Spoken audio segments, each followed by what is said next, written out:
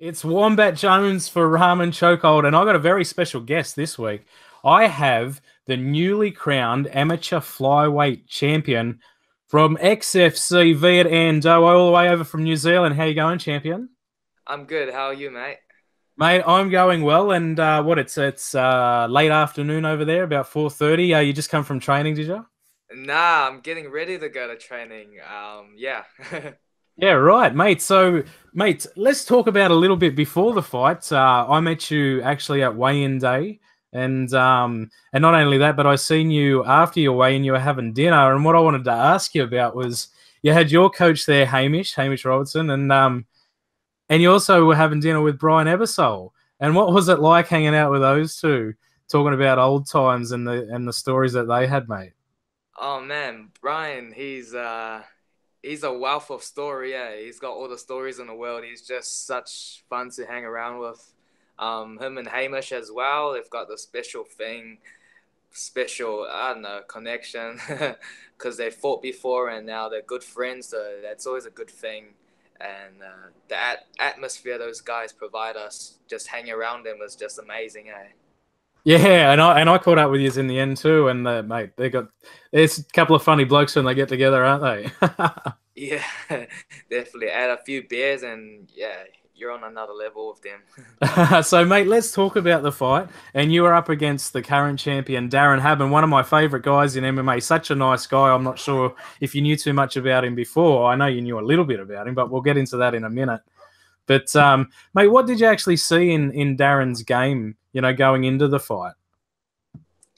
Um, Going into the fight, I saw a lot of stuff that he does in every fight that he's had, so I was looking to exploit that. I could see that he was very traditional, just want to keep a stand up boxing as well, heavy on the front foot, and I knew that was key going into the fight.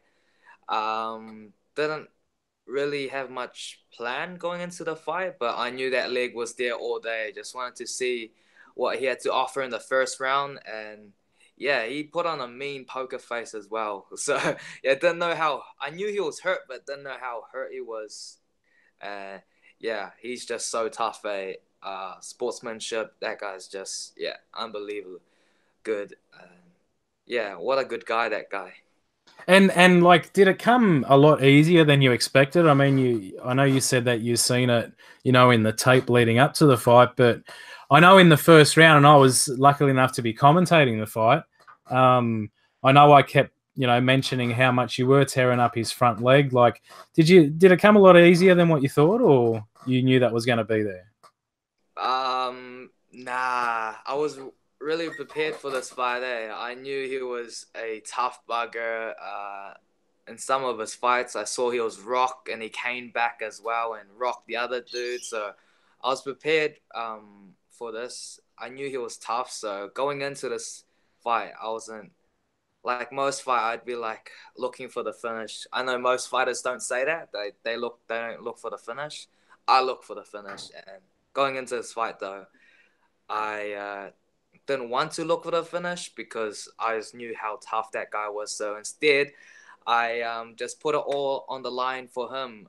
Whenever he was ready, I was on him. His call. Whenever he was ready, he'd make that call to go out, not me. And this is not the first time you've actually faced their gym. You'd fought his training partner in Nav before that. So they've obviously seen you before. And what I wanted to ask you though is just in your own sort of assessment, you're in your amateur career, how much forward did you go from that fight, say, to the Darren fight? I've improved shitloads since that fight, and that's yeah. If you're not improving, I don't know what you are doing. But yeah, that fight, we both took on short notice. My opponent sadly fell out, and so we both took that on short notice. Nav is a dangerous guy, well, very well rounded everywhere. Competitive fight, but definitely won all three rounds without questions. Yeah, I guess I've came to Brisbane twice now and upset their gym twice. And speaking of Brisbane, I mean, you are now the XFC AMI Flyweight champ. What was it like fighting with XFC, and what's it like, going across to Brisbane and in the Mansfield Tavern this time? Yeah, I enjoyed Brisbane so much this time. The first time was we flew on the weigh-ins and flew back the morning after the fight, which I didn't have time to spend this time around. We had quite a bit of time to just explore Brisbane, I guess, and yeah, just hang out with the locals and stuff like that. Not in the CBD this time. It's awesome. Fighting under XFC is really cool, eh? Like it's all in the name. They said it, making names since I don't know 2003, I think. That's Yeah. the one. Yep. So yeah, they're good promotion. Good people as well. I like it. That's awesome, mate. Now let's talk about you. We want to get to know you a little bit more, and you're from Vietnamese descent, and you're like this big coming breed of Vietnamese fighters coming through at the moment. Shout out Marty Nguyen. It's in the shirt, baby. Hey, nice, nice. The Do you champ. follow Marty? Do I follow him? Yeah, as in like you've seen his fights and stuff like that. I've never met the guy, but I do keep up with him, obviously, because he is the two weight division champion, 1FC, probably pioneer of Vietnamese mixed martial art. It's gonna grow big now. We've got a lot of people in Vietnam.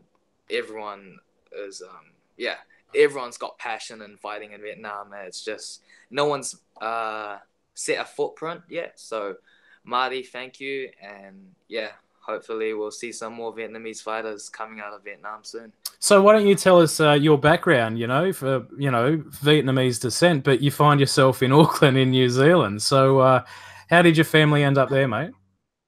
Yeah, I came here when I was 5, so basically, yeah, culturally, I'm Kiwi as it gets, but blood, I'm full Vietnamese, born there.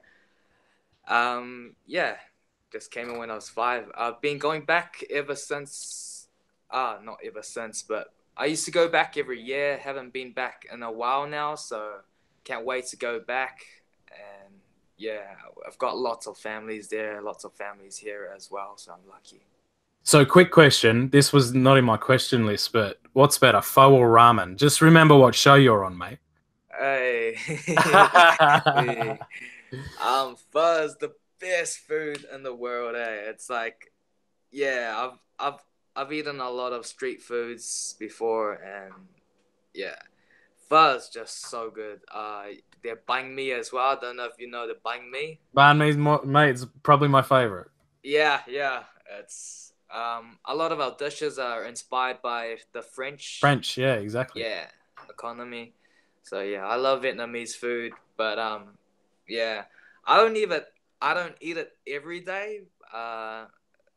Might be a shock to you, but I'm on keto, so so high fat, low carb.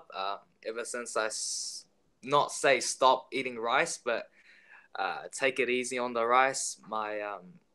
My parents don't look at me the same way now. Yeah, it's like everyone's sitting at a table eating rice and stuff like that, and then I'm sitting at my own table eating my keto stuff, low carb avocados. Yeah. Mate, that must kill you. I know it'd kill me. Yeah. I love Roman noodles as well as pho, but that's like a treat for me now. Yeah. So, mate, you've got a massive rising superstar in your gym, and we're going to give him a shout out in Ev Ting. And what I wanted to ask you, man, is what's it like having a guy like that in your gym succeeding, in one championship so very well? He's very close to a title shot, in my opinion. What's that like for you to, see this big Asian promotion and a guy from your gym who's also from Asian descent, he's Malaysian, doing really, really well? Yeah, it's very inspiring, especially for up and coming fighters like myself. Whenever they're in camp or the other guys like the John or the Enas or the Bulls at our gym, whenever they're in camp, they just provide this different atmosphere around the gym.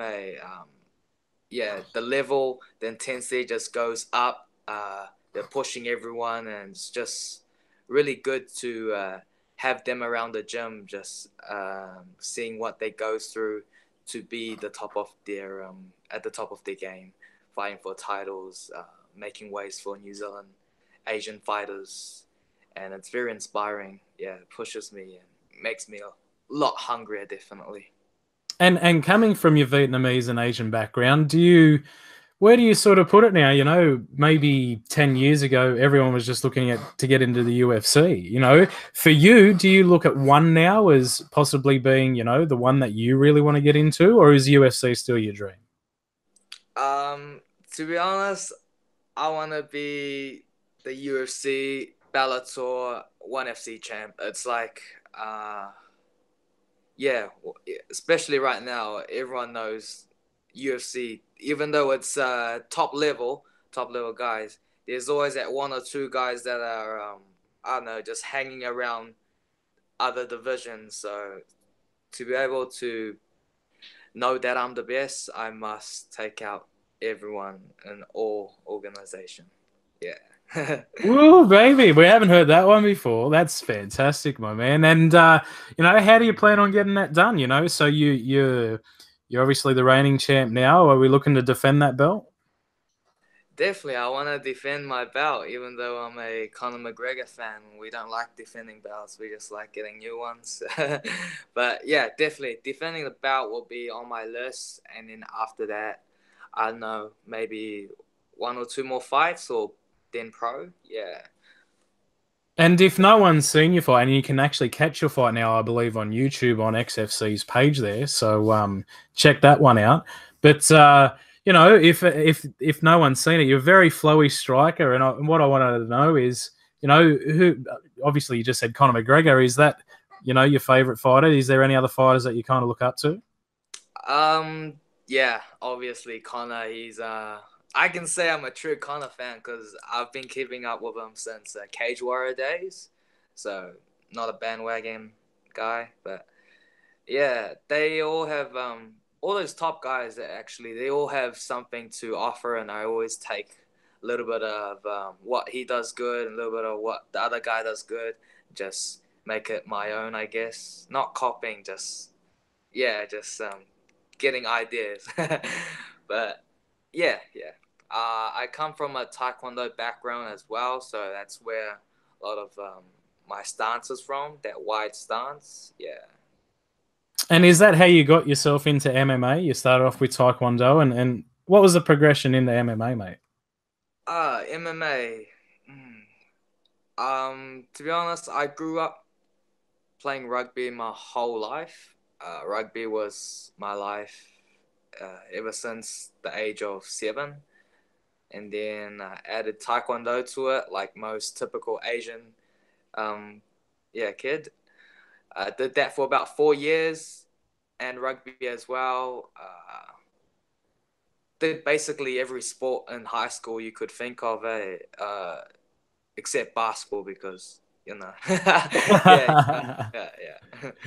And then when I left high school, I just gave up rugby because didn't really work out for me. I don't know, maybe because of my ethnicity, and tried MMA just for passion. Didn't think I was really getting into it, and then took my first fight with 2 months of training. I think just thinking, oh, I'm the shit. I'm just gonna knock everyone out without any ground game or anything like that. And yeah, luckily I didn't go to the ground my first fight. Yeah, and that's how it all started. Just stuck with it from there. About doing it for 3 years now. That's fantastic, mate. Now, if anyone wants to follow your journey, if they want to be, like you said, not a bandwagon fan and jump on your and jump on the train right now, where can we find you on social media? You got your fighter page up there, I know you do, but why don't you let everyone know where they can find you at? Yeah, definitely. Hop on Instagram, follow me at Viet Ahn Do 97. That's all one word, obviously.